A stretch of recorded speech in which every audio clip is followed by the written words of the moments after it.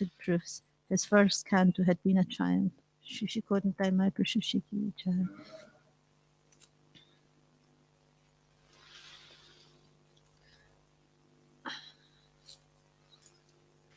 So, actually, I've not got the. I said the. I didn't. Can I have your phone with the number in? I need to. I forgot to get the book with the Bhagavatam, the 5th canto.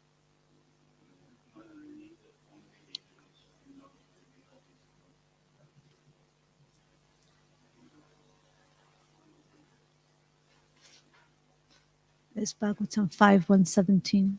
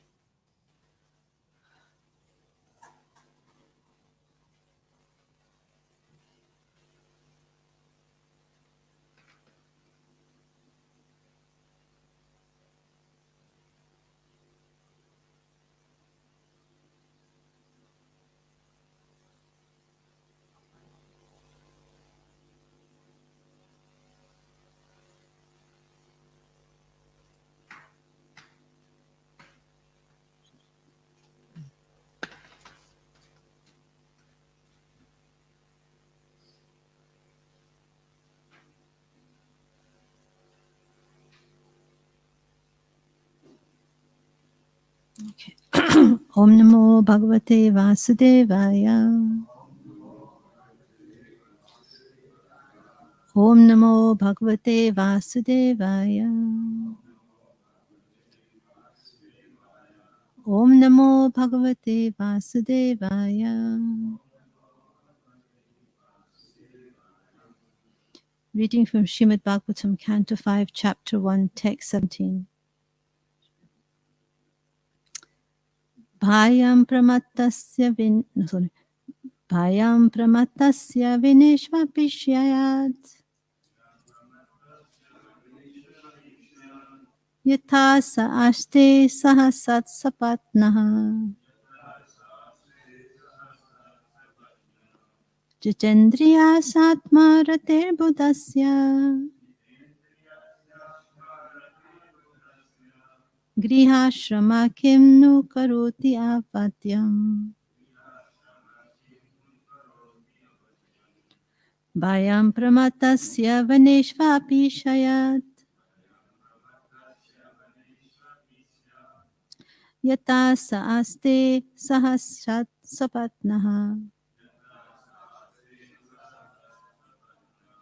Jitendriya shatma rater budasya. Grihashrama kim nu karoti avadyam. Bhayam pramatasya vaneshvapi syat. Yatha sa aste sahasat sapatnaha. Jitendriya satma rate budasya. Grihashrama kim nu karoti avidyam.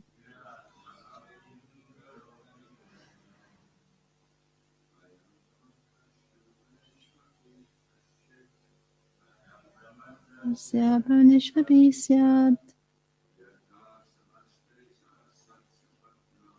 Yatha sa aste sahasat sapatnaha. Jitendriya satma rate budasya.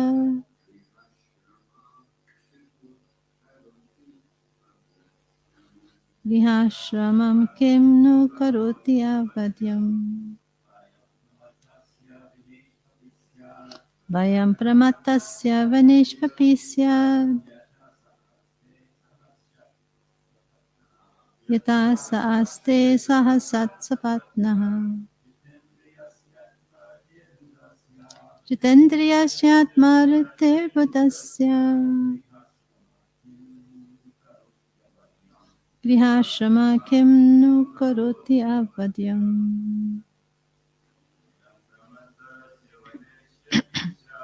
Prayam pramattasya vaneshvapi syad yata saaste sahasat sapatnaha. Jitendriyasyaatmartirbutasya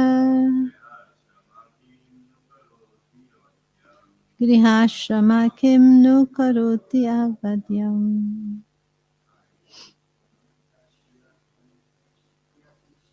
Bhayam pramatasya vaneshvapi syat yata saaste sahasat sapatnaha.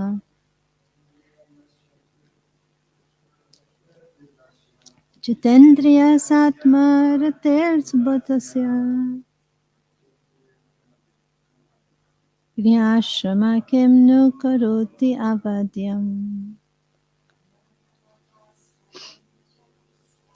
Vayam pramatasya vaneshvapi syad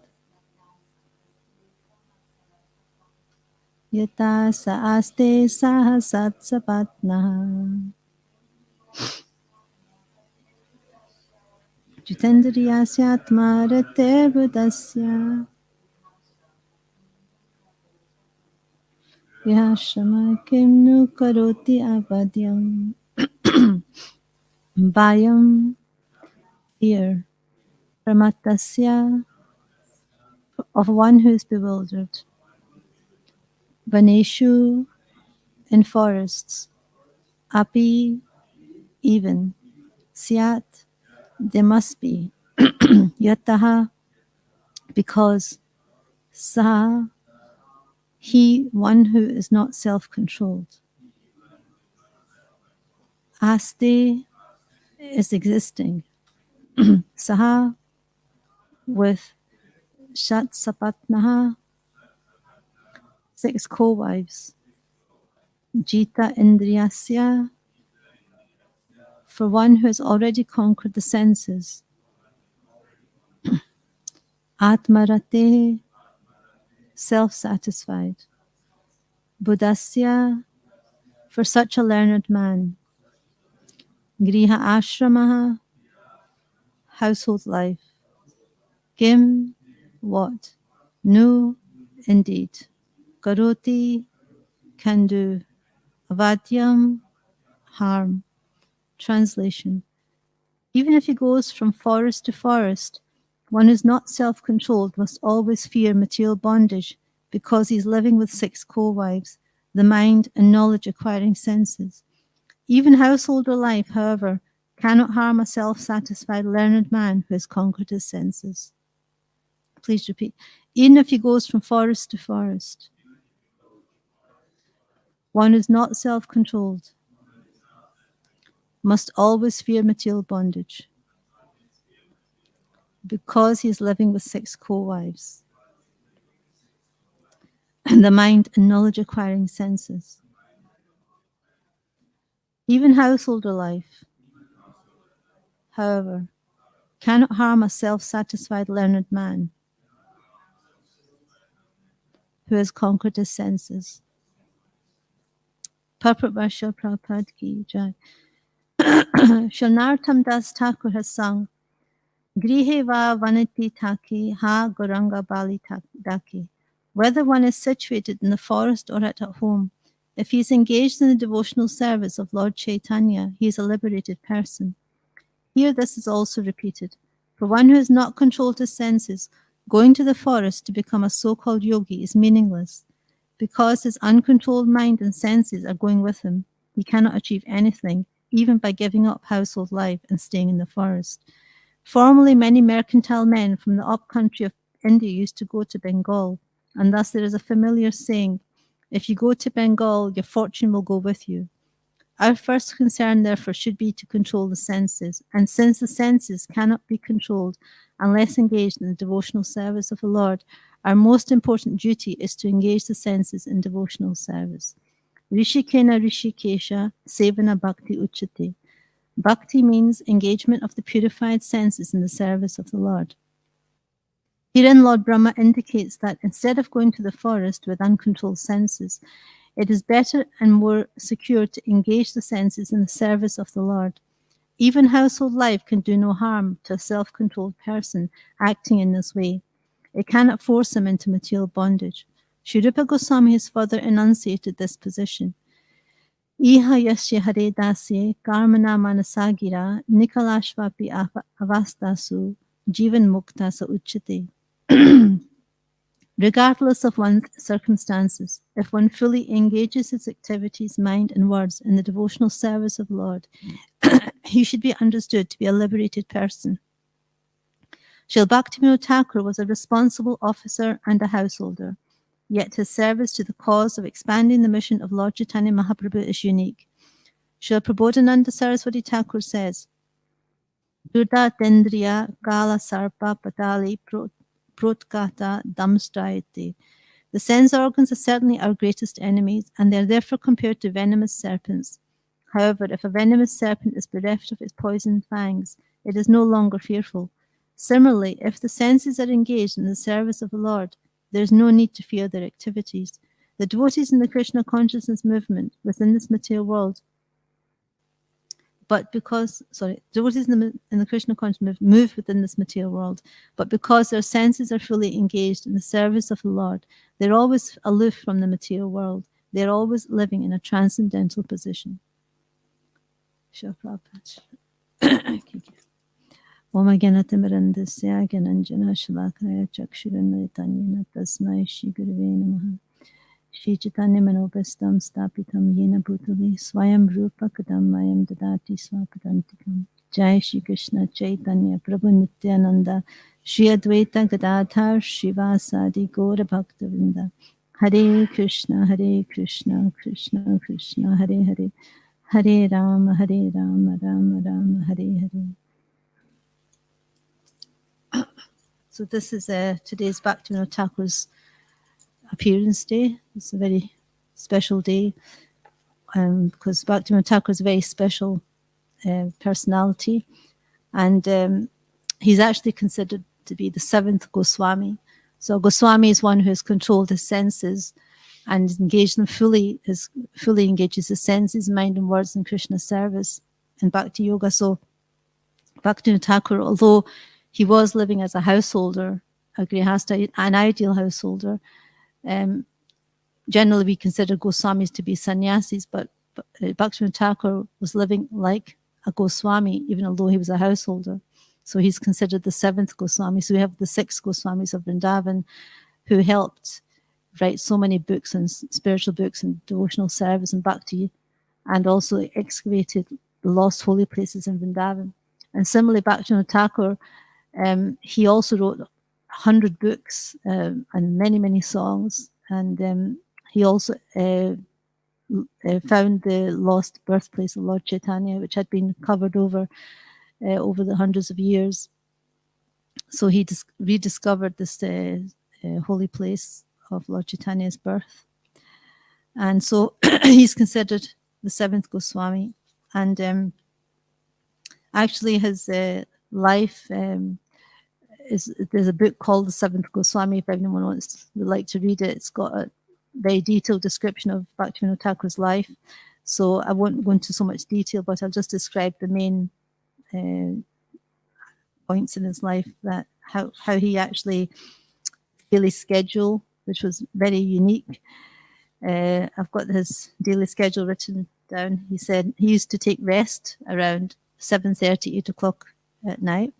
Then he would rise at 10 o'clock and he would light an oil lamp and he would write books. And then 4 a.m. he would take rest. Then at 4:30 he would rise again, wash his hands and face and chant Hare Krishna Mahamantra for till 7 o'clock in the morning. Then he would write letters. Then at 7:30 he would read. 8:30 he would receive guests or continue to read. And then 9:30 to 9:45 he would take a little rest again. 9:45 he would have a morning bath. He would have a breakfast, and every morning he would have the same breakfast. It would be a half a quart of milk, which is like half a litre of milk, a couple of chapatis, and some fruits. So this was his daily breakfast. And then at 9:55, he would go to court in a carriage. 10 o'clock, the court would begin, because he was a court magistrate. He was a deputy magistrate. So the court would begin at 10 o'clock and finish at 1 o'clock. And then he would come home and bathe and refresh. And at 2 o'clock, he would return back to office. 2 o'clock to 5 o'clock, he would be in the office. And at 5 o'clock, he would come back and translate works from Sanskrit into Bengali.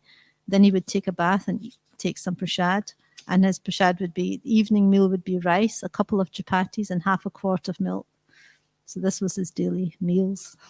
It didn't mention any lunch. He just had breakfast and evening meals from this I can see. And then at 7 o'clock, around 7 or 8 o'clock, he would take rest again. And then he would rise again at 10 o'clock in the evening to start writing. So this was his routine. So altogether, he would sleep for only 3 hours a day. He would write for 8.5 hours. He would study and he would chant japa for 4.5 hours, and he would work for 6 hours. So this was his daily schedule. So we can see he was very regulated, and like the Goswamis, he would sleep very little, and he would write books, and he would focus most of his time on writing books and japa and studying the Goswamis' books and Srimad Bhagavatam and Chaitanya Charitamrita. And it's interesting, we are so fortunate. We don't really appreciate how much we have, but Bhaktivinoda Thakur, it took him over 8 years to find a copy of the Chaitanya Charitamrita and the Bhagavatam, because at those days everything was handwritten. So it took him 8 years to find a copy, but we have it on our fingertips. We can get it on our phone, on our iPad, and on the bookshelves. We're surrounded by Chaitanya Charitamrita, but they're collecting dust because we don't really read them as much. So Bhaktivinoda Thakur was he was a pure devotee of the Lord. He's not a conditioned soul like us. He's an eternal associate of Lord Chaitanya, eternal associate of the Lord. And he was born in a very wealthy family, actually. But he went through different phases in his life. So in the beginning, he was very wealthy. And he spent most of his time, he moved to his grandfather's house where he spent most of his youth. And he also became a teacher as well at some point. And he got married. And his first wife died after a short period of time, so he remarried. And then from his second wife, Srimati Bhagavati Devi, then that's where all his children came from. And one of them was Bhaktisiddhanta Saraswati Thakur, who became an acharya. So his name, Bhaktivinoda Thakur's name originally was Kedarnath Dat. And so then he became the district magistrate, High Court judge under the British government. At that time, the British was ruling India. And this was actually the highest position an Indian could hold in India at that time, under the British rule. So Bhaktivinoda Thakur was holding the highest position an Indian could have in that time. So as he was a district magistrate in Puri, Jagannath Puri, he was also overseeing Jagannath's temple. And he raised the standard of Lord Jagannath, increased it to offering 64 offerings a day. So this helped raise the standard of Lord Jagannath's temple. And as well as all his other duties, he was a high court judge, and he used to be able to, decide on the spot very quickly. He was so expert that he didn't waste time. He was very, very fast at judging, and he didn't let things, go on and on and on for a long time. Other people would take so much time trying to do this, but Bhaktivinoda Thakur spent very little time. He could do things very quickly, and in his job as well. And he took Diksha from Bipin Bihari Goswami, and later on he took Shiksha from Jagannath Das Babaji Maharaj, and a lot of his inspiration comes from Jagannath Das Babaji Maharaj. And he prayed to the Lord to send him a ray of Vishnu to help him with his preaching mission. So an answer to his prayer was Bhaktisiddhanta Saraswati Thakur. He was born in 1874. And this was Bhaktivinoda Thakur's desire to help with the Lord Chaitanya's mission, to preach this mission. So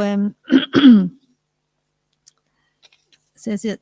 So Thakur Bhaktivinoda took Diksha, so from this Bipin Bihari Goswami. And when Bhaktivinoda Thakur first encountered Lord Chaitanya's Sankirtan mission, it had been degraded by various Sahaja sects who had distorted Lord Chaitanya's teachings to justify their own perverted sense indulgence. So at that time, since Lord Chaitanya had left 500 years ago, over a few hundred years, so many Sahaja groups had sprung up, and they were misrepresenting Lord Chaitanya's movement. They were, doing immoral activities and pretending, that they're performing some spiritual activities. And they were making, so people were not, most self-respected people didn't really take to Lord Chaitanya's movement very nicely, because they thought it was just some Sahaja groups that, immoral activities were taking place in the name of the Sankirtan movement. So consequently, self-respecting persons, especially the educated class, did not accept Lord Chaitanya's teachings as bona fide spiritual process. Bhaktivinoda Thakur, however, understood that Lord Chaitanya is Krishna himself, giving the highest conclusion of bhakti, devotional service in the mood of Vrindavan. In the years that followed, he re-established the real teachings of Sri Chaitanya Mahaprabhu through his publishing a magazine named Sajana Toshini, and by writing a large number of articles and books. In 1896, his book, The Life and Precepts of Lord Chaitanya, was the first of its kind to be sent to the West. His preachings and writings give an authoritative Shastric foundation to establish Lord Chaitanya's teachings as not only bona fide, but as the quintessence of all spiritual knowledge. So it's interesting that Bhaktivinoda Thakur, he wrote many books, but this book was like an introduction to Lord Chaitanya for the Western world. And he, let's see if I can find this. Yeah, so he sent to university. So in 1896, he sent to universities around the world a book of shlokas, Sri Gauranga Leela Smarna, which had a 47-page English introduction, Sri Chaitanya Mahaprabhu, his life and precepts. This act arose from a keen desire to spread Lord Chaitanya's teachings in the Western countries. And Srila Prabhupada said this was very significant because he himself appeared in the same year, 1896, when that book was sent out to the Western world. And the same, and Srila Prabhupada fulfilled the Thakur's three predictions. So Bhaktivinoda Thakur had predicted three things. He predicted that if a personality will soon appear, and he will travel all over the world to spread the teachings of Lord Chaitanya. So that was his first prediction. And the second prediction was, very soon, the chanting of Harinam Sankirtan will be spread all over the world. Oh, when will that day come when people from America, England, France, Germany, Russia will take up kartals and mridangas and chant Hare Krishna in their towns? So that was the second prediction. And the third one was, when will that day come when the fair-skinned foreigners will come to Sri Mayapur Dam and join with the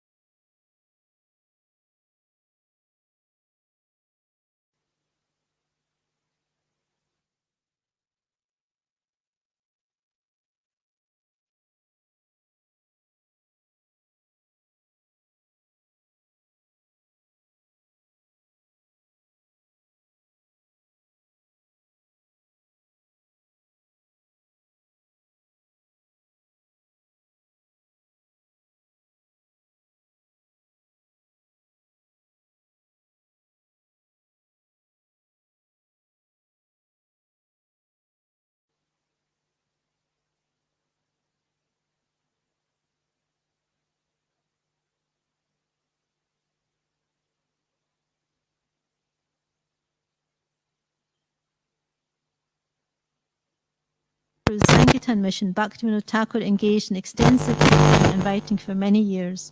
Leaving household life, he took Babaji initiation from Gaur Kishore Das Babaji Maharaj. He made plans to go to Vrindavan to end his days there absorbed in the holy name. However, the night before leaving, Krishna appeared to Bhaktivinoda Thakur in a dream and asked him, "Where are you going? You have not yet finished your duty to discover the lost places of my pastimes in Navadvip Dham." Fulfilling the Lord's desire, Thakur Bhaktivinoda stayed in Navadvip and began extensive research to locate the places of Lord Chaitanya's pastimes. This research culminated in the writing of several books, including Sri Navadvip Dham Mahatmya. Has anybody read Navadvip Dham Mahatmya? Yes, it's very beautiful because it's describing all the holy places in Navadvip to be the same as the ones in Vrindavan, identical. So this Bhaktivinoda Thakur, we can see he's not an ordinary personality. He's very empowered by the Lord to preach his mission and to establish the holy places in Navadvip. The Lord sent him for that purpose, to help establish those holy places. And so it's interesting that he stayed as a householder most of his life, but he was living like Goswami, and then eventually he retired around the age of 56. He retired from government service and moved with his family to Mayapur. So we can see that because originally at that time the people were, the pundits there were saying that there was another place that was Lord Chaitanya's birthplace, but Bhaktivinoda Thakur was not convinced, and we can see that because he's seen this effulgence on the other side of the Jalangi, he went there to see what it was, and he found that there was a place that was covered with tulsis. The whole area was covered with tulsis, but there was lots of Muslims living there, and they'd called this place Miyapur. So that's why Mayapur comes from that. Miyapur was the name the Muslims gave that place.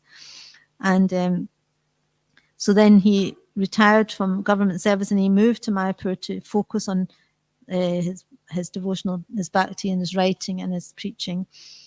And he adopted Babaji at the house there from Gaur Kishore Das Babaji Maharaj.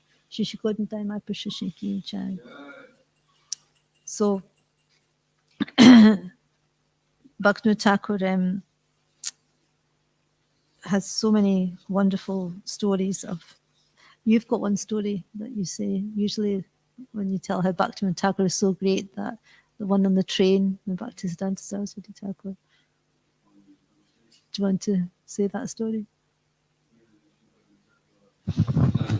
His son Bhaktisiddhanta Saraswati Thakur, when he came conscious again, he said, "Oh, what happened?"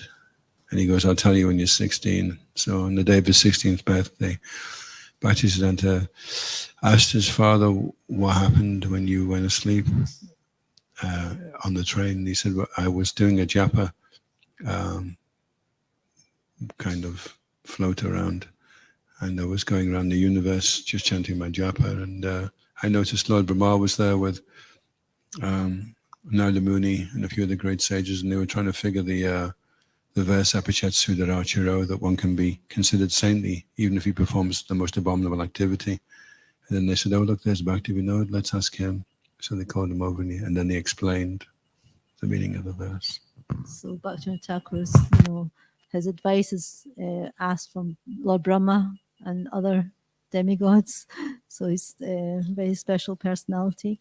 And also there's a very nice example how powerful Bhaktivinoda Thakur was. There was a great yogi called Bishak Shana. Don't know how you say his name. So Bishak Shana was like a great yogi, and he had attained some mystic powers, and he was healing people, healing the sick, freeing them from disease. But he was claiming to be Mahavishnu, incarnation of Mahavishnu. It's a big claim. So he started performing this rasa dance as well with the young girls in that area. So the people started wondering what's going on. So they went to the British and said, there's this person here. He says he's a yogi. He's Mahavishnu, incarnation of Mahavishnu, and he's doing all these immoral activities. So they sent Bhaktivinoda Thakur because the British, thought Bhaktivinoda Thakur was so powerful. He's probably the best person to deal with this yogi. So they sent Bhaktivinoda Thakur to Bishop Shena. And so Bhaktivinoda Thakur went and he, asked him why he was claiming to be Mahavishnu, and he should come and see Lord Jagannath, who's actually the real Vishnu, So Bishop Shena became quite offensive, and so Bhaktivinoda Thakur arrested him. So they took him into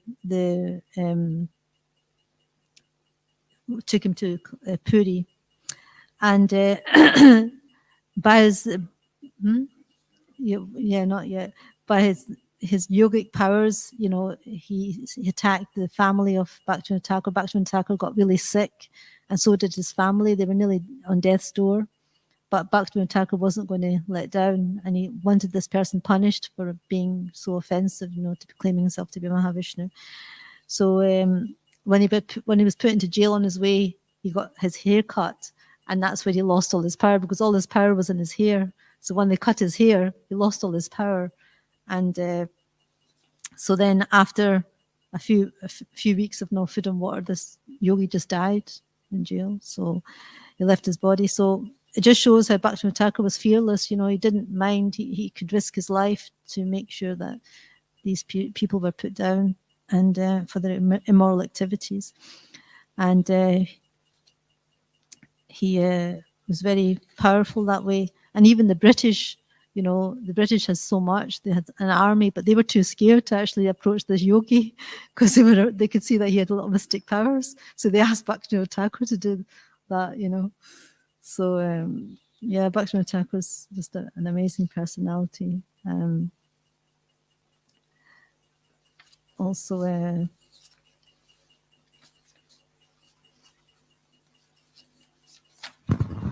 Was it? Sorry.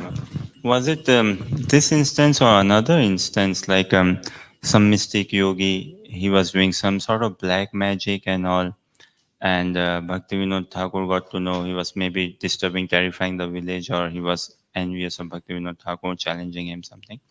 Bhaktivinoda Thakur got to know, and he opened Srimad Bhagavatam, and he started reading from Srimad Bhagavatam, if I remember correctly. Yeah, there was another story. I remember hearing that as well. There's another one. There's another story. I think there's quite a lot of different stories that are similar, like different incarnations, so-called incarnations or yogis, and so.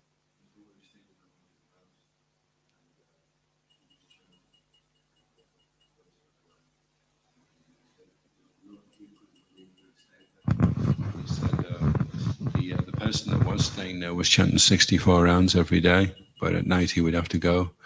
And Bhaktivinoda Thakur said, that's because I'm chanting Shuddhanam. So when you chant Shuddhanam, then the ghosts don't hang around.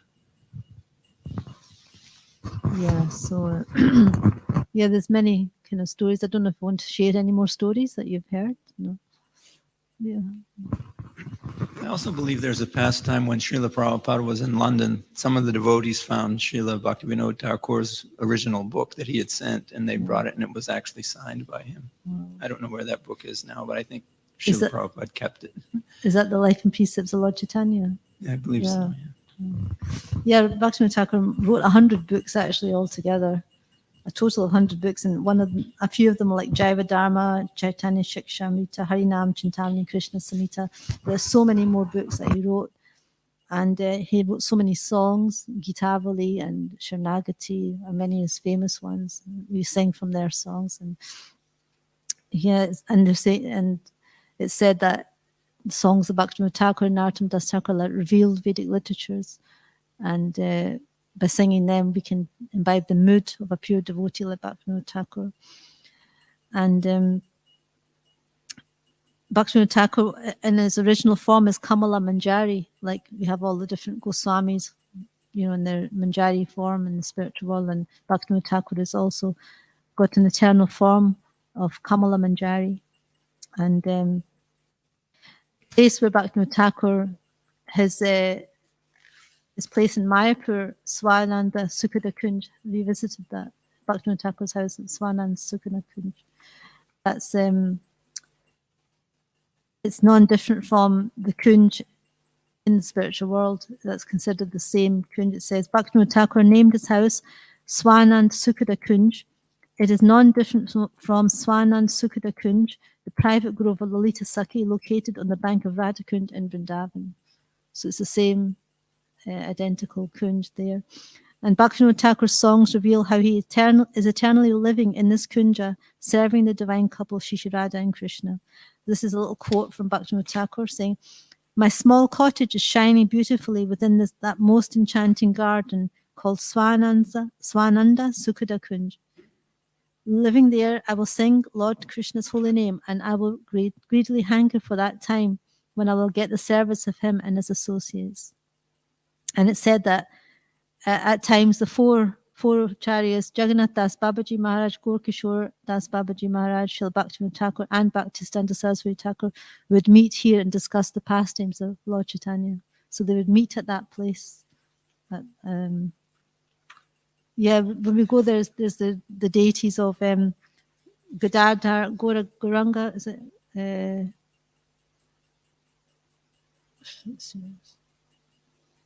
Gadadhar Pandit and Lord Chaitanya. These are the deities that Lord Bhaktivinoda Thakur worshipped. Gaura Gadadhar.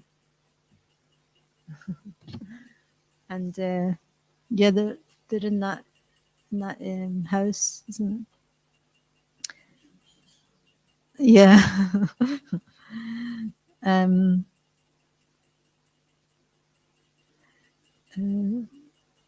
So on the veranda outside the room is where Bhaktivinoda Thakur saw the vision of the golden city. And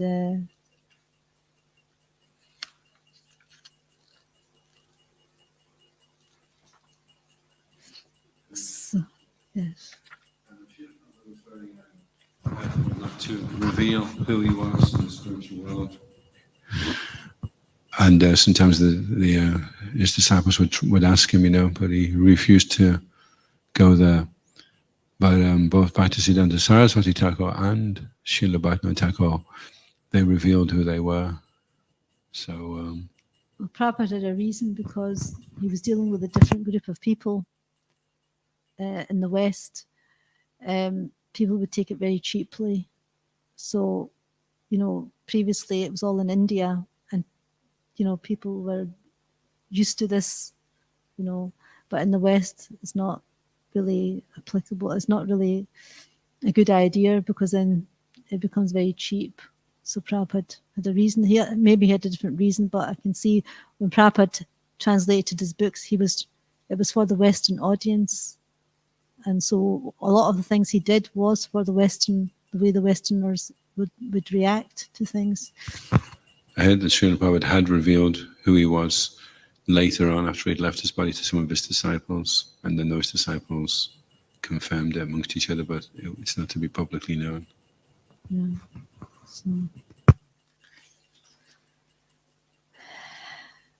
So Bhaktivinoda Thakur,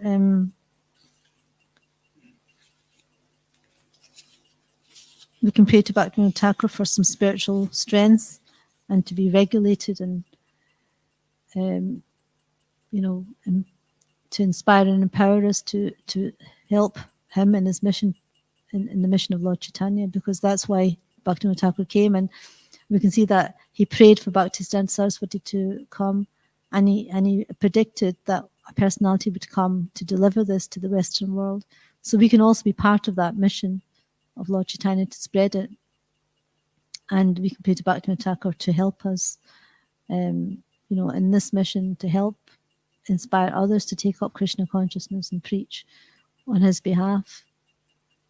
Because, and we can see that Prabhupada himself took so much inspiration from Bhaktivinoda Thakur, because if you see how Prabhupada would wake up and translate books in the middle of the night, then he would rest a little bit, then he would, it's a similar sort of routine that Prabhupada, and he got this inspiration from Bhaktivinoda Thakur.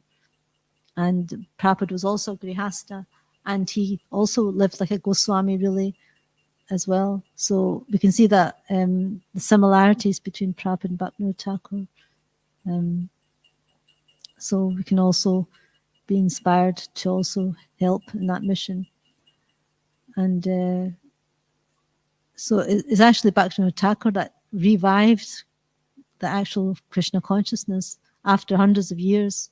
You know, he actually introduced he introduced 500 Namahatas, if I can remember. He did so many amazing things. See if I can find. Yeah, he wrote. So there were 3 preaching achievements. He wrote 100 authorized spiritual books, discovered appearance place of Lord Chaitanya, introduced preaching innovations. So he introduced 500 Namahatas. 500 Namahatas in that area. Yeah. So it's like incredible, you know. And besides his book, he wrote hundreds of poems and songs full of philosophical conclusions and, you know, spiritual bhakti, the process of bhakti. So it's just incredible what he managed to do. And he was he had such an amazing lifestyle. Like he was a family man. He had 10 children. He had, you know, a job of a magistrate, a judge. He was looking after the Jagannatha temple, overseeing that as well. And he managed to write, in between that, he managed to write 100 books, hundreds of songs, establish Lord Chaitanya's birthplace, and introduce 500 Namahatas. That's just amazing, incredible achievements. So we can only praise Bhaktivinoda Thakur for his achievements and pray that we can help assist him in our little way we can. Yes. Just a small point and maybe a question, please.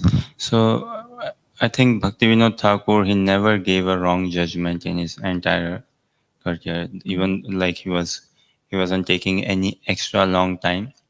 In the right amount of time, he was giving the judgment, and all his judgment were very correct. And I think, like I heard from devotees, even some of the victims and some of those who've been punished, they said, "Yes, you are right." They agreed. Yeah, you got us right.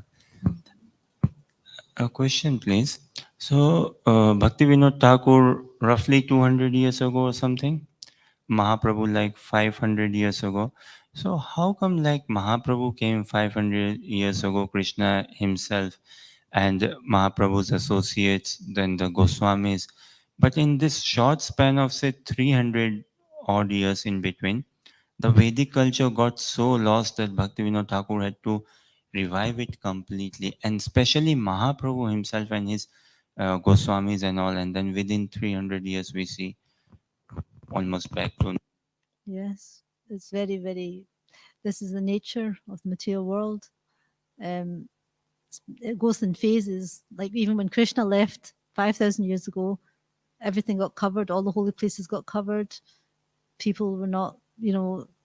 It's like we can see that material nature is so strong that, you know, even when the Lord appears with his associates, soon after that, everything got covered by the Ganges. Everything got lost, and then the Sahaja sect started taking advantage of this philosophy and making it cheap, you know. But this is, even within Srila Prabhupada's time, things like this happened. We had the Bhava, was it Gopi Bhava Club and these kind of things. Like it's a natural tendency for the Sahaja groups to turn up because you take things cheaply, you see. So with even within Prabhupada's time when he was on the planet, things like that happened, you know, in his presence. And there's groups, offshoots leaving, right? They didn't want to follow Srila Prabhupada, you know.